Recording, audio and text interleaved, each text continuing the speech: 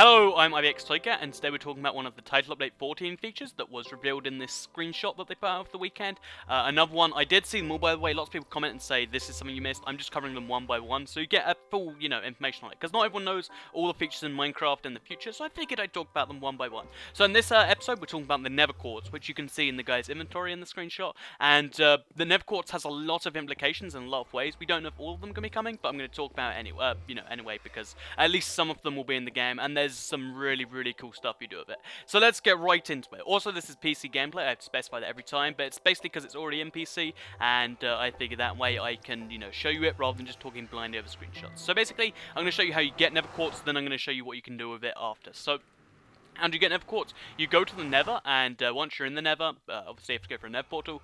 So, it's somewhat late game, but, as soon as you have a Nether portal, you can get it, because it can be mined with an iron pickaxe and up. But yeah, so you go to the Nether, and basically, if you look around after the update, you'll see a lot of Nether Quartz. Obviously, if you have been into your Nether before, you might need to reset your Nether using the handy little feature that Minecraft Xbox 360 has built into it, and PS3, of course. But basically, once you're in the Nether, you can then just find these things, and then you can mine them. And if you mine them, you get a cool little Nether Quartz that looks like this, and you also get a tiny bit of XP. As you can see, I'm level 40, so XP doesn't really show up as much, but you do get a little bit of XP, meaning that if you want really good XP, then these are actually a really good thing to mine, because they provide XP, and they're the easiest ore to find, in my opinion, because of the fact that in the Nether, you can just see all the blocks. It's kind of like if you find a massive cave, you can see lots of ores. The Nether, the entire thing is essentially a massive cave, so you see a lot of Nether Quartz around. So basically, you can get a lot of this stuff, you can mine it really easy, and it's a pretty good way to get XP.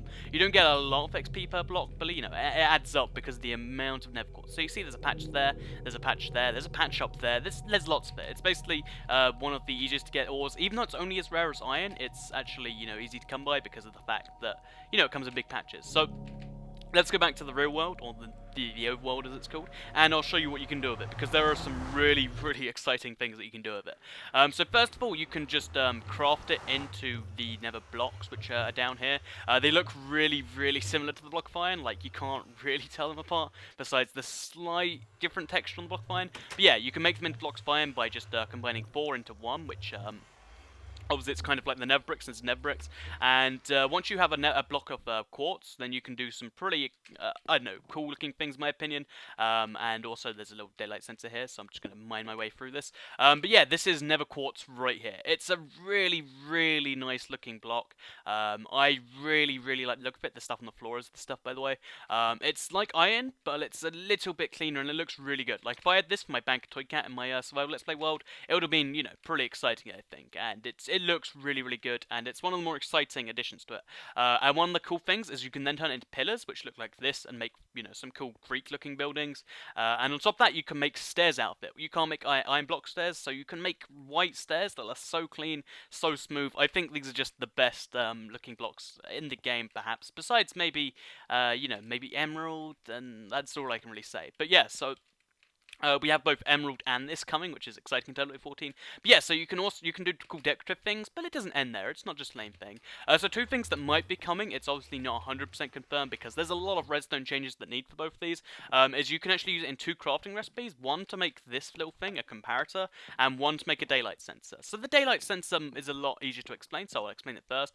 Basically, it senses daylight if it has daylight above it. If I blocked it like that, for instance, then it actually wouldn't be able to sense daylight, but I'll show you right now what it does. So at nighttime, it doesn't send a redstone signal through all of its outputs, and when it is daytime, it does. It's pretty much a way to lock your doors at night, like so. Like I can't actually get through here because it's nighttime, and I built this at day.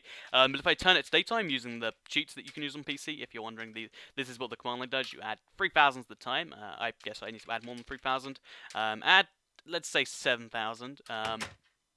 So yeah, it's daytime now, and as you can see, it now outputs redstone, and the door opens. So it's basically a way to shut your doors at night, lock people out at night. It's a really cool thing. It's got some cool build potential, and it's, pretty cool like that. And it also slightly changes over the course of the day if redstone power gets implemented in, which I'll explain here. So the Redstone Comparator, I do not think will be coming in this update. It could be. Again, this is a complete guess.